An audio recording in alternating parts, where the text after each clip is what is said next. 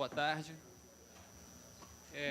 Eu sou o atual secretário do Tribunal de Contas na área de Previdência, Assistência e Trabalho, e a ideia hoje aqui é apresentar um pouco a auditoria coordenada que nós tivemos no TCU, com a participação de vários tribunais de contas.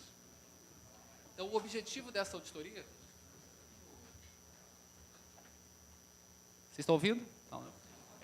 Então, o objetivo dessa auditoria, na verdade, era dar um panorama sobre a situação dos regimes próprios dos nossos estados e municípios e avaliar o nível de risco que realmente pode estar envolvido, né, na gestão desses recursos. Oi? Pronto, agora melhorou. Então, o que nós fizemos, né? Inicialmente, o tribunal ele não tem jurisdição para fazer auditorias nos RPPS, né, nos regimes próprios de estados e municípios. Mas o Ministério da Previdência, né, atualmente Secretaria de Previdência do Ministério da Fazenda, tem, por conta da Lei 9.717, de 98, ele pode fazer a supervisão e a regulação desses regimes próprios. Então, o TCU poderia fazer um controle de segundo nível, né, avaliando a atuação do Ministério em relação a esses regimes. Mas isso era pouco. A gente precisava ter um parceiro forte para conseguir fazer essa avaliação. E isso, então, só seria possível com a atuação dos tribunais de contas. E foi isso que nós fizemos. Nós fizemos, então, esse acordo, uma espécie de acordo de cooperação com 29 tribunais de contas e com o Ministério da Previdência. E a gente criou o que a gente chamou, naquele momento, de um sistema integrado de fiscalização. Então, qual o problema que acontece muito em várias políticas públicas? Elas são descentralizadas e o Tribunal de Contas só consegue olhar o nível macro. A gente não consegue descer para a política até a ponta.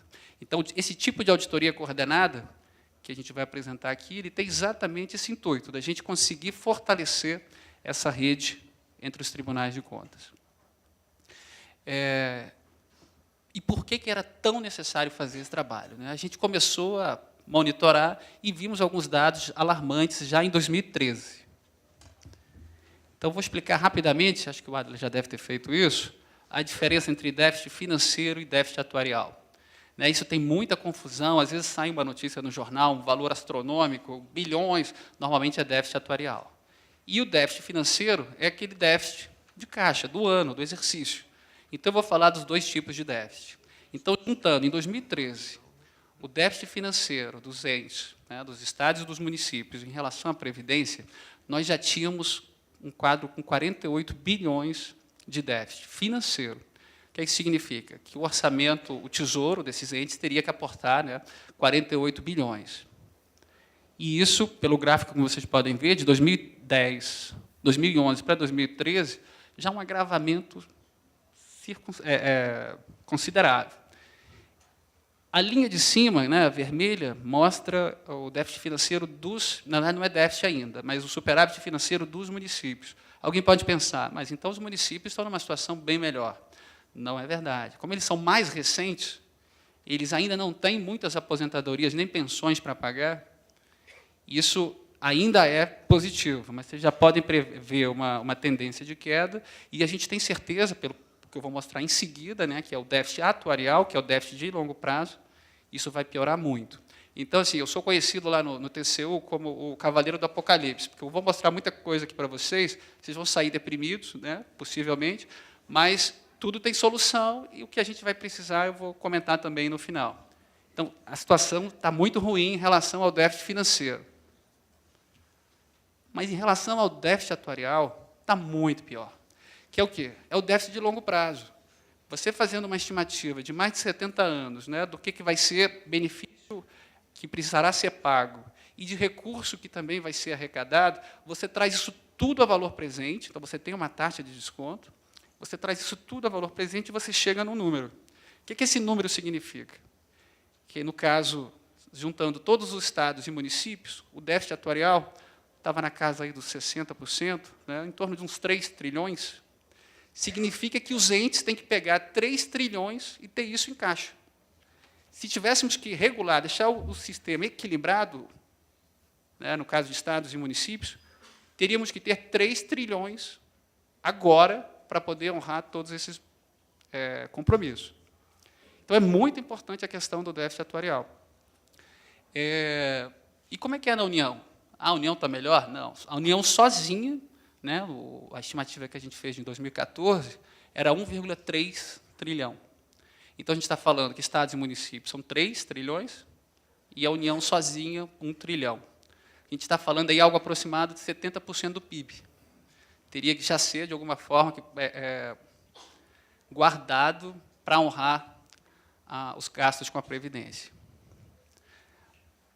Mas isso já está ruim, mas, na verdade, o quadro é muito pior do que esse, como eu vou demonstrar aqui. Por que é pior? Porque é isso que a gente estava preocupado na auditoria. Será que essas informações são confiáveis? Será que os estudos atuariais que foram feitos são razoáveis? Utilizaram premissas adequadas? Será que a gestão de investimento que está sendo feito nesses fundos está sendo adequada? Se isso tudo fosse verdade, a gente saberia, temos que resolver um problema de 3 trilhões. Mas o problema é que a gente não sabe nem o tamanho do problema, por conta de tudo que eu vou mostrar aqui para vocês. Então, a gente uniu esforços, né, os tribunais de contas, aí agradeço o Aguinaldo, o Hugo, o Daniel, que prontamente fizeram parte dessa equipe e colaboraram muito com as questões de auditoria. Então, era uma equipe com aproximadamente 140 auditores do Brasil inteiro. E foram ao tribunal, fizeram uma capacitação antes, de 3 meses, um tema muito complexo, né, que envolve muitos cálculos. Então, isso foi possível graças a essa coordenação que foi feita no TCU. O TCU, na verdade, foi só o coordenador do processo. Quem fez todo o trabalho foram os tribunais de contas dos estados e dos municípios. E a gente pegou uma amostra. Essa amostra, né, só pegou 22 estados e 31 municípios, principalmente as grandes cidades. Mas por que isso? Porque essa pequena amostra representa quase a totalidade, tanto de segurados, né, os ativos e os inativos, como também do valor dos passivos atuariais, que eu vou mostrar aqui agora em seguida. Não sei como é que é. Então, essa primeira linha, né, o déficit entre 10 e 400 bilhões, aí temos o fundo por capitalização e o fundo por repartição. Então, o fundo de capitalização, apenas 6 representam um déficit de 328 bilhões. E, no fundo de repartição, 24 planos representam um déficit de 2 trilhões. Então, 30 planos ao todo representam basicamente a totalidade daquilo que eu falei, né, um déficit de 3 trilhões. Então, 30 planos apenas representam 2,3 trilhões de déficit atuarial. E aonde que estão esses planos? Normalmente são dos estados e do Distrito Federal. Porque os municípios, como eu comentei, ainda são muito novos. Eles ainda não tiveram um prejuízo, um déficit atuarial, né, uma necessidade de financiamento tão elevada. Tudo bem, o déficit atuarial é aquele déficit de longo prazo. E quanto que existe de recurso hoje? Se juntarmos todos os planos, né, o de capitalização e o de repartição, vocês entenderam bem a diferença entre capitalização e repartição? Está claro para todo mundo? Então, o fundo de capitalização, hoje nós temos 158 bilhões em todos eles, sendo que apenas 98 bilhões são financeiros. O resto, de alguma forma, tem que garantir a solvência, a liquidez, mas o que realmente é dinheiro são 98 bilhões distribuídos aí entre estados e municípios. É muito pouco frente ao compromisso futuro desses benefícios. Por isso que o déficit atuarial é tão grande. Então, eu falei que o déficit atuarial é muito grande, ou seja, vamos dever muito no futuro. Temos poucos recursos hoje possíveis de serem capitalizados. E esse quadro aqui mostra que a situação dos entes vai piorar muito. Até 2030, os planos financeiros, que são aqueles por repartição, onde a pessoa ativa paga para a pessoa na inatividade, esses planos ainda vão ter um pico de despesa, basicamente em todos os estados. Em 2030, a tendência é que isso comece a diminuir. Mas até lá vai ser só um crescimento. E o estado, um dos estados mais comprometidos é o Rio de Janeiro. Então, na verdade, o Rio de Janeiro faz com que a curva saia do azul vai até o vermelho. Se tirar o Rio de Janeiro, a gente teria a curva azul até metade, e depois... Então, o Rio de Janeiro realmente está numa situação mais complicada. Mas quanto que isso representa, que percentual que isso representa da receita corrente líquida? Isso a gente vai ver agora. E por que isso é tão crítico? A maior parte dos entes já chegou no limite da lei de responsabilidade fiscal, que é 60% das receitas correntes líquidas. Então, a maior parte já está muito próxima disso. E se isso vai crescer até 2030, então todos os entes vão ter uma pressão fiscal muito alta. Então, nós fizemos esse quadro com a ajuda dos auditores que participaram, onde a gente mostra o que cada estado vai necessitar ter de recursos a mais até 2030 e qual que é o percentual da receita corrente líquida que isso vai significar. Então, em média, não vou pegar nenhum estado específico, mas, em média, até 2030, a gente teria um incremento de 8% da receita corrente líquida, que é muita coisa, né?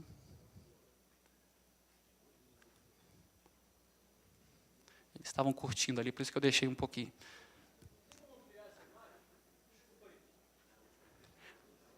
Na verdade, isso é PDF, né? Eu não sei se consegue. Acho que não. Mas essa apresentação vai ficar disponível para vocês. Quem quiser depois, tiver curiosidade, olha com mais cuidado. Então, eu falei que o déficit atuarial é muito grande, o recurso que a gente tem em caixa não faz frente a esse déficit, a despesa financeira vai aumentar muito até 2030. Até aí, o quadro está negro. Mas eu podia pensar, as informações que eu tenho são muito consistentes. Eu tenho certeza que esse número é um número real. Aí eu venho agora para outra má notícia. Se eu pegar as informações que estão disponibilizadas, com despesas com ativos, e pegar os principais relatórios oficiais, que aí a gente comenta o DRAA e o RGF, o DRAA é o Demonstrativo de Resultado de Avaliação Atuarial. Essa é uma informação que todos os regimes têm que mandar para o Ministério da Previdência, agora é a Secretaria da Previdência. E o RGF é um relatório de regime fiscal da STN, que também faz o controle e vê se o ente está conseguindo manter os limites previstos na Lei de Responsabilidade Fiscal. Então, a gente começa a ver que existe uma diferença muito grande entre as informações prestadas. Não tem nem a preocupação de tentar homogeneizar isso. E por que essas informações destoam tanto? Depende do interesse que está por trás. No caso do DRAA, se eles não prestarem essa informação para o Ministério da Previdência, eles não ganham o certificado de regularidade previdenciária. Sem esse certificado de regularidade previdenciária, eles não recebem transferências voluntárias, eles não podem fazer empréstimos, não vão receber recurso de compensação do INSS por pessoas que migrem de um regime geral para o regime próprio. Eles não podem fazer convênios, acordos, nada. Então, o ente tem muito interesse em ter o certificado de regularidade previdenciária, o tal do CRP. E a outra informação do RGF é uma informação prestada diretamente para o Tesouro Nacional. Então, por isso que é tão díspare essa informação. E, do outro lado, estou falando de despesa com inativos. E, do outro lado, déficit financeiro, existem dois relatórios também que, de alguma forma, comprovam isso. O DIPR, que é um demonstrativo de repasse, também enviado ao Ministério da Previdência, atualmente Secretaria da Previdência, e o REREL, que é o Relatório Resumido de Execução Orçamentária também da STN. Também existem divergências em praticamente todos os estados. Então, primeiro problema com a informação. Elas não têm consistência entre os relatórios oficiais. Segundo nível de problema. Existe uma lacuna muito grande de informação dependendo do poder dentro do ente. Então, normalmente, em relação aos ativos, você tem até algum nível de informação. Onde está escuro é que não existe a informação. Então, para aposentados e pensionistas, a informação é muito menor e ela é essencial para o cálculo do déficit atuarial. Sem essa informação, o atuário é obrigado a fazer várias simulações. Então, ele faz simulações, ele faz proxies e não consegue chegar a um valor preciso. Então, aqueles 3 trilhões que eu comentei estão com muita imprecisão por conta disso aqui. E por que isso acontece? Como vocês podem ver, né, a gente tem informação do Executivo, do Legislativo, do Judiciário, Ministério Público, Tribunais de Contas e Defensoria Pública. Então, por conta da autonomia dos poderes, e aí os tribunais de contas todos praticamente não mandam informação, e o TCU também não mandava, eles não mandam informação para que seja calculado o déficit atuarial. Ou se mandam, mandam direto para o atuário. Não mandam para a unidade gestora, para que a unidade gestora faça o compêndio e depois mande para o atuário. Então, a gente tem um problema também entre poderes. O Executivo não consegue obrigar os outros poderes a prestar as informações. As secretarias de administração têm dificuldade de ter essa informação, por incrível que pareça. E o terceiro problema de informação é relativo à atualização. Então, você é obrigado, por lei, a periodicamente fazer algumas provas de vida, para ver se a pessoa realmente está recebendo, se ela ainda está viva, se ela tem aquele direito. Então, né, principalmente os outros entes, além do Executivo, têm um nível de atualização muito baixo, algo em torno de 50%, só 60% são atualizadas em 5 anos, de 2011 a 2015. Então, praticamente, em relação à informação, é isso. Primeira base, então, a informação é falha, dificultando muito um trabalho de avaliação. Segundo problema identificado na auditoria, a questão da gestão e governança. Então, a gente fez vários questionamentos, né, e os colegas dos tribunais de contas aplicaram essas informações, e a gente viu fragilidades em várias áreas. Eu vou citar só 2 aqui. Então, em relação à gestão de investimentos, a gente viu uma fragilidade, uma transparência falha em 59% dos RPPS. Então, a conclusão é que, desse quadro específico, faltava transparência com relação à política de investimento, à taxa de retorno, o atingimento das metas atuariais. E o outro problema também em relação à governança. Então, para que os investimentos sejam feitos com qualidade e responsabilidade, existe um comitê de investimentos. E esse comitê de investimentos ele tem que estar se reunindo com uma determinada periodicidade, tem que ser formado por pessoas que tenham capacidade de realmente fazer aquelas aplicações. Isso tudo foi testado aqui também, foi avaliado que 50% dos RPPS trabalhavam com uma certa precariedade. Então, a informação é falha, a gestão e a governança têm problemas. E agora, a terceira parte, que é o cálculo atuarial. Então, para se fazer esse cálculo atuarial, você tem que ter algumas premissas. Várias informações, você tem que saber quando a pessoa nasceu, quantos filhos tem, qual a idade dos filhos, que emprego ela teve, se ela contribuiu ou não para outros regimes. Você tem que ter todas as informações. Mas, além disso, outra informação que você tem que ter é se está ou não atingindo a sua meta atuarial de investimento.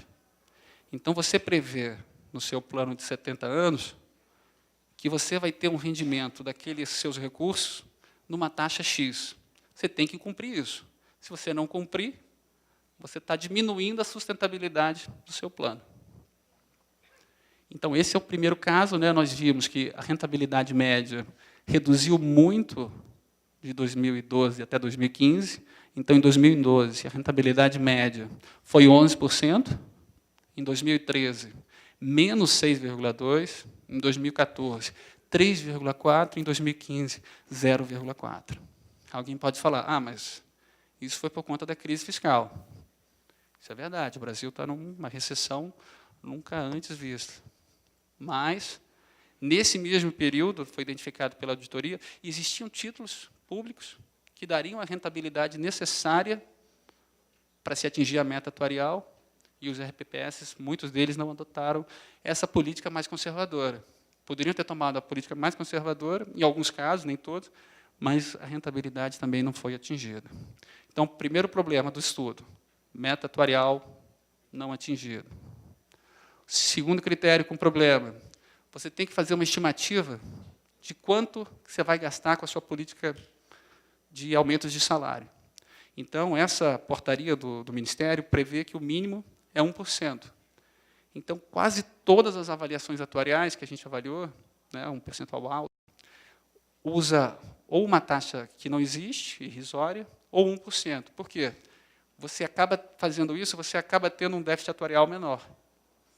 Ela acaba aplicando, na prática, um percentual maior do que o que foi previsto.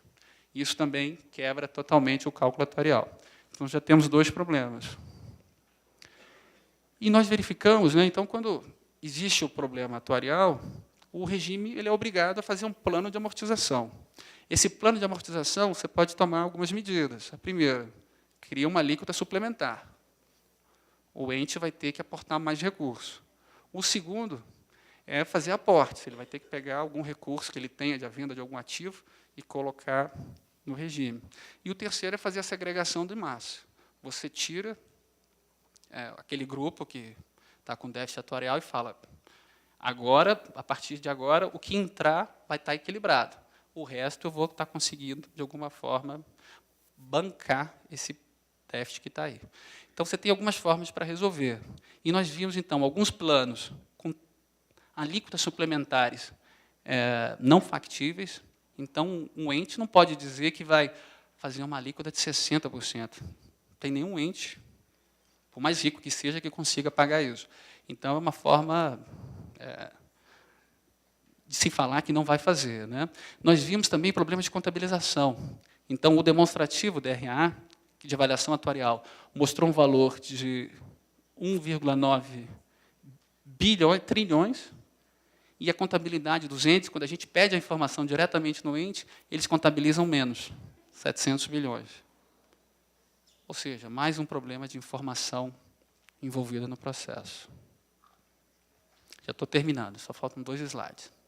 Então, qual que é o problema em relação a tudo? O ente é obrigado a mandar a informação para o Ministério.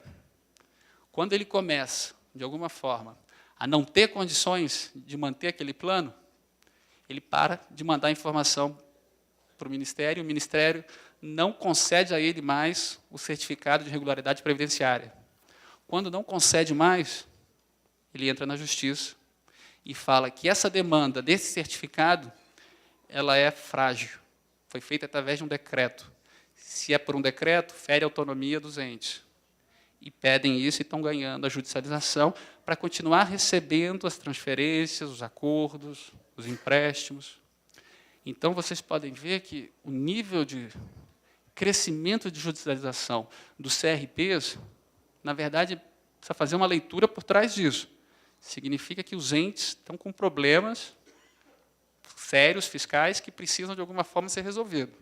Então, isso aqui é só sintomático. Só o problema evidenciado por um outro indicador. E, finalizando, então, o que a gente viu é que o cenário de deterioração fiscal ele é muito amplo, realmente, abrange todos os entes, sem exceção. Isso impulsiona o crescimento da judicialização dos CRPs, como eu comentei agora no penúltimo slide. Vimos problema nas informações, né, muita inconsistência, muita lacuna, os poderes não mandam informação, então a gente tem problema de informação entre o mesmo nível da esfera, né, do ente. Então, a Defensoria Pública, o Tribunal de Contas, o Judiciário, Ministério Público, não mandam a informação devidamente no prazo e na consistência que precisaria para o Executivo, para a unidade gestora, né, para poder fazer esse cálculo. Um problema. O ente não manda a informação para o Ministério, então a gente tem um problema entre os entes, e também um problema interfederativo. E temos problema com os cálculos atuariais. Por que isso é tão importante? Nós temos mais de, salvo engano, 7 milhões de servidores nos estados e municípios. E isso é uma coisa muito preocupante. Quem já se aposentou precisa brigar muito para que a sua previdência tenha sustentabilidade, e quem está ainda bancando esses aposentados precisam brigar muito para que também tenham direito a essa aposentadoria. Então, a previdência tem que ser tratada como um patrimônio dos servidores, não um patrimônio do Estado. Então, é muito diferente essa visão, acho que tem que ser, de alguma forma, imbuída na cabeça de vocês, porque antes de se falar de previdência, em alterar isso ou aquilo, é preciso pensar que isso aqui não é do governo. São das pessoas que pagaram por isso e têm esse direito. Então, essa é uma coisa. E agora, a boa notícia, tem solução. É difícil? Muito. Isso é fruto de quê? Décadas de responsabilidade previdenciária. O Brasil sempre foi muito jovem, essa transição demográfica vai acontecer muito rápido, vocês viram ontem, né? Então, a partir de 2024, alguns especialistas dizem que a transição demográfica, o bônus demográfico vai começar a se inverter. A partir daí, o envelhecimento na nossa população vai ser cada vez maior do que o crescimento de jovens no sistema. Então, cada vez nós vamos ter menos pessoas para bancar os inativos.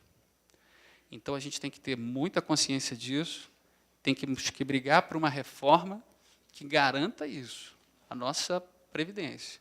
Ficar dizendo que não existe déficit, não vou discutir isso, é uma irresponsabilidade. Isso vai estourar, e quanto mais a gente demorar, mais o custo vai ser tomado no curto prazo. Previdência tem que ser feita para gerações futuras, reformas têm que ser feitas para gerações futuras, só que a gente está demorando tanto que a gente está sentindo o impacto agora.